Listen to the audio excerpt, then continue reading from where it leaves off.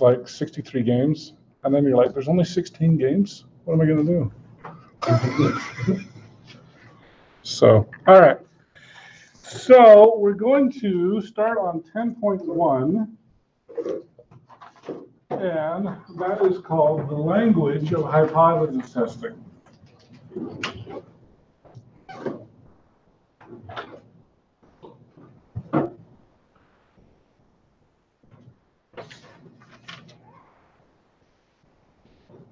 Okay. All right. So before we get into that, actually, let me just tell you this. You will not need your calculator on tonight's homework because there's no calculations, not a single one. Okay? Isn't that cool? That means there'll be no formula sheet for tomorrow's quiz. Okay? So the idea, let me just start with a simple example. Let's say you bet on a coin flip. Okay? It comes up tail, tail, tail, tail, tail. What is the probability your friend is cheating? Okay? Now, try to do this one as a simple one. But here's the idea. So let me first ask you, is it possible to get 5 tails in a row? Yes. It is. Is it likely that you're going to get 5 tails in a row? No. What's the probability you got 5 tails in a row? How would you figure that out? 0.5 times 0.5. Or I'm going to call it 1/2, but 0.5 is 5. So 1/2 5 times, right? 1/2 and 1/2. So 2, 4, 8, 16, 32. 1 out of 32 times, okay? Which works out to be 0.03125, okay? Would we say that that's unusual? Yes. Yes, okay? So the idea here is if it happens less than 5%, we're going to say it's unusual, right? Okay? So if we were to repeat this experiment 100 times, okay, we would expect 5 tails to come up 3 times out of 100. Okay? Now, if we assume that our alpha is 0.05, okay, we would call this unusual. Okay? So 95 times out of 100, you would be correct. Maybe even 97 times out of 100, you'd be correct. Okay? But 3 times you'd be wrong. Okay, so this is the idea of hypothesis testing. And so the question is, how do you decide? And so we'll actually, tomorrow's lecture, I'm going to give you an outline that's not going to be in the book. It will be probably the most important lecture for the rest of the class. Okay, and I'm going to give you an outline on how to do these hypothesis tests. But today, all we're going to do is we're going to do a little bit of terminology. We're going to first talk about the null hypothesis. Okay? The null hypothesis is generally represented as H sub 0. Okay? It is a statement of no change, no difference, or in this case, a fair coin. And maybe I'm going to put a math statement. Okay?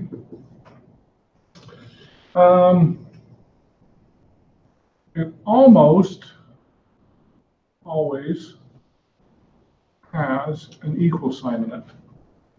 Okay, there will be a few exceptions to that, but we'll talk about those in the future. But it almost always has an equal sign. Okay? It is assumed true until evidence proves otherwise. Number 4, it's always, and I'll use always this time, about Bless you. population parameter. Am I missing anything? It's pretty good. All right, so let's talk about the alternative hypothesis.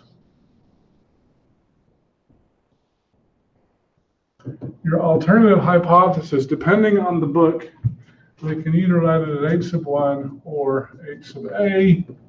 You'll notice that I interchange those all the time. There's no rhyme or reason to that. You can use either one. Okay? Now, the alternative hypothesis is a statement we are trying to prove. Okay? Whereas the null hypothesis almost always has an equals, the alternative has a less than, a greater than, or a not equal to, generally speaking. There are a few exceptions, but we'll talk about those when we come to them. Number 3, it is always about population parameter as well. Okay? Now we've got 3 types. So generally, you're going to have a null hypothesis, and then you're going to have some sort of a parameter equals some sort of a value. That's your typical null hypothesis. Okay? Your alternative hypothesis might be some sort of a parameter does not equal the value. Okay? This is what we would call a two-tailed test. Okay? That's when you have a not equal there. We could have, maybe I'll do it this way, a null hypothesis, the parameter equals some sort of a value. The alternative hypothesis might be a parameter is less than a value. Okay? So that's the main difference there, is it's going to be a less than. In this case, I would call that a left-tailed test. Okay? Or we could have a null hypothesis, the parameter equals some sort of a value. The alternative hypothesis is going to be the parameter is greater than the value. Okay? That would be what we would call a right-tailed test. Okay? So you notice in all 3 cases, the null hypothesis doesn't change. The same in all 3 cases. It's the alternative hypothesis that decides whether it's a one or a two-tailed test. Does that make sense so far? Okay. So what I'd like to do is I'd like to do a few examples here. And we're going to figure out what our null and our alternative hypothesis is. Okay? Let's say the pharmaceutical company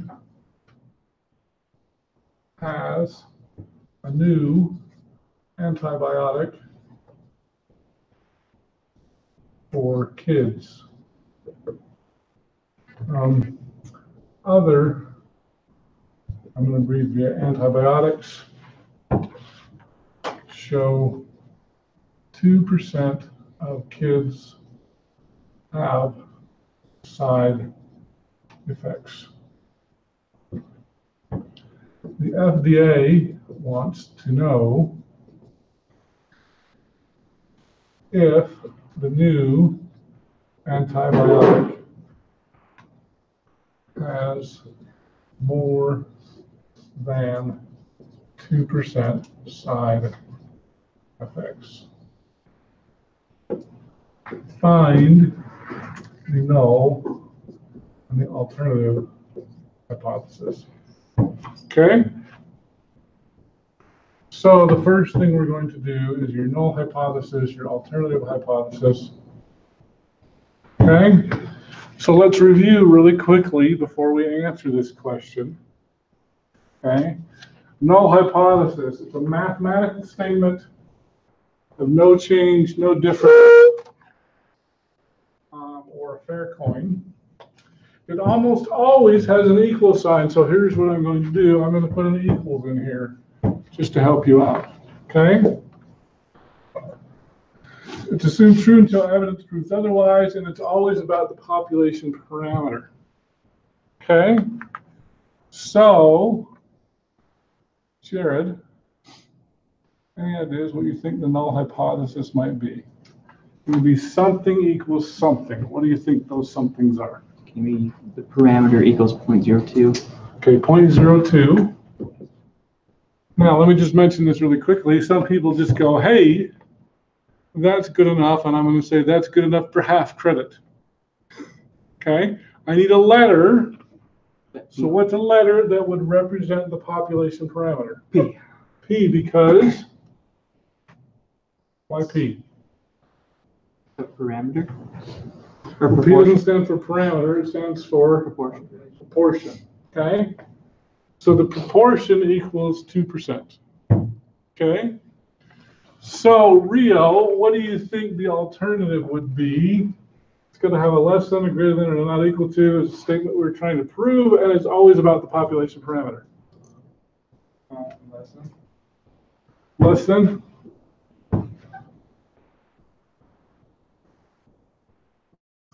That's not even worth half credit. Okay. Okay, what's less than what? Oh, P. P. Then 0.02. 0.02. And why did you say P is less than 0.02? I just chose less than it was a guess. But It was a P good guess. because of the proportion and 0.02. Okay, so whatever you pick on your null, you're going to pick on your alternative. And you picked less than because why? You were just guessing? Yeah. There was nothing in their whole problem that would... I was writing down and I did not read the problem. You didn't read the problem. It No. says has more than 2%. But do you want to stick with your less than? No. No. Greater than. Ah, okay. So it's going to be greater than. Okay? So that's where we get this here. So is this a right or a left or a two-tailed test? This is going to be a right-tailed test. Because this is the statement we're trying to prove. Does that make sense? Okay? Or you can flip a three-sided coin, I guess. Okay? All right. Let's do another one. Let's say that a blue book shows a 3-year-old Chevy Corvette is $37,500. Grant wants to know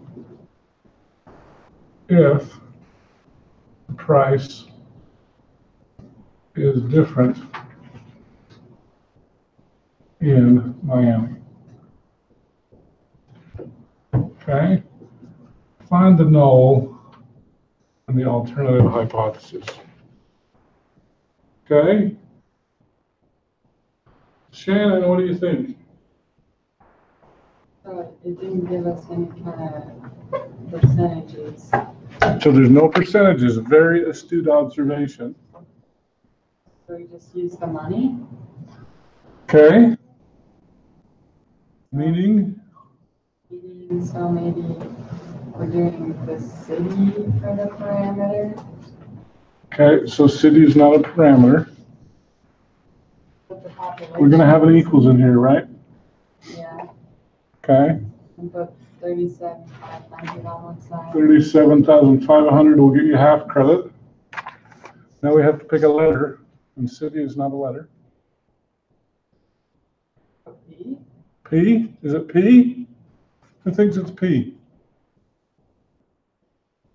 1, 2, 3? You got, who thinks it's something else?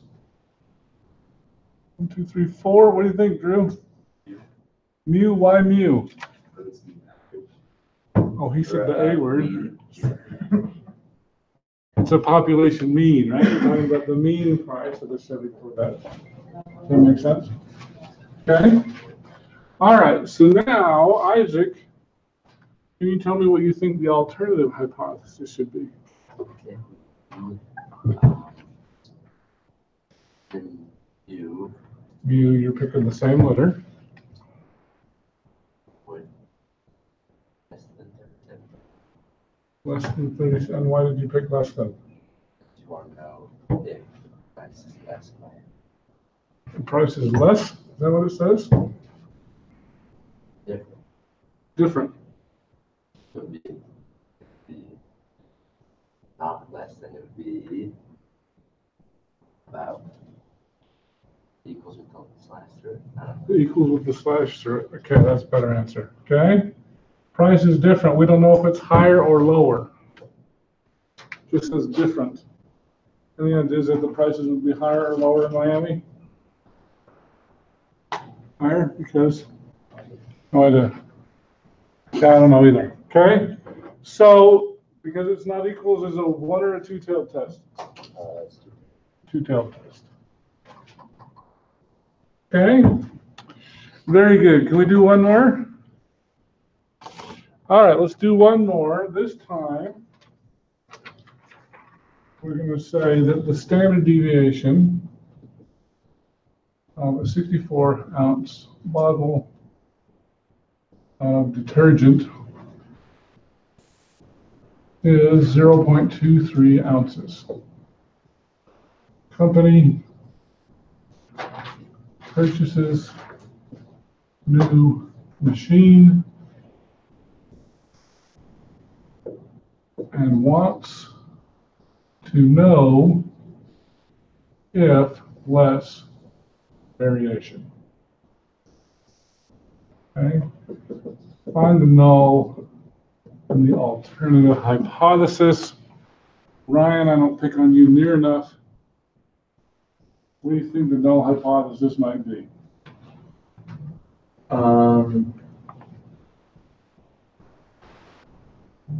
I honestly don't know. Okay. No clues at all? It almost always has an equal sign in it. Let me put an equal sign in there. What equals what? So the standard deviation equals 150.23. No, that's an S. 0.23. 0.23, and you said standard deviation. Well, I've got more than one standard deviation. Which one?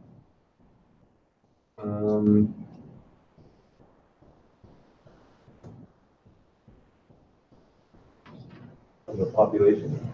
Yeah, what letter do I use for the population? Sigma. Sigma, you sure? Yeah. Good, good, good. Okay. Who agrees with Ryan on that? You? Yes. Okay, who disagrees? Okay, I thought you said you didn't have a clue. That's I think you had a clue. little clue. Yeah, the right answer. Hannah, what do you think the alternative is?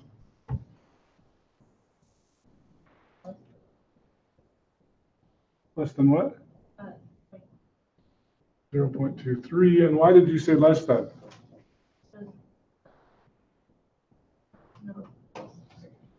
Less variation. Okay, well done. Okay, all right, so this is most of the homework. Isn't that nice? No calculators necessary. Okay, all right, so the last thing I want to talk a little bit about is, well, maybe I can do this here.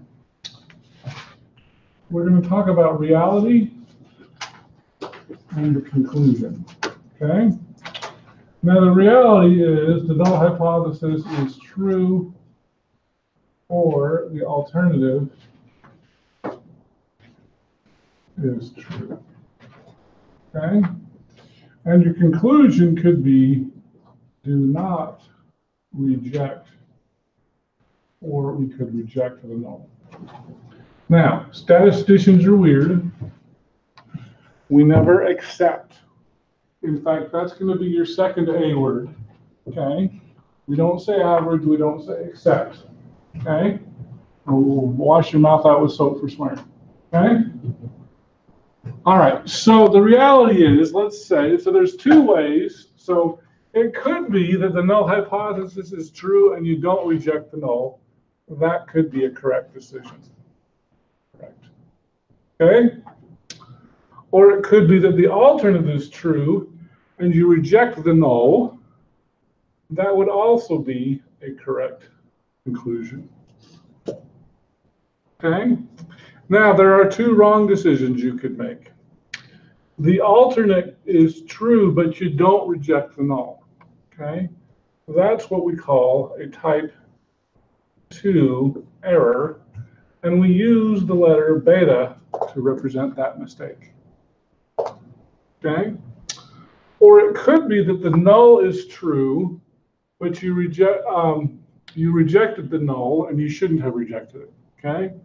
That is what we refer to as a type 1 error, and we use the letter alpha in that case. Okay? So two ways to get it right, two ways to get it wrong. Okay? Now the question is, if you're going to make a mistake, what is the better mistake to make? Okay? So let's go back to this pharmaceutical example here for a minute, and let's talk about what's the better mistake to make. Okay? So the type 1 error. Type 1 error means that you rejected the null. Reject when you shouldn't.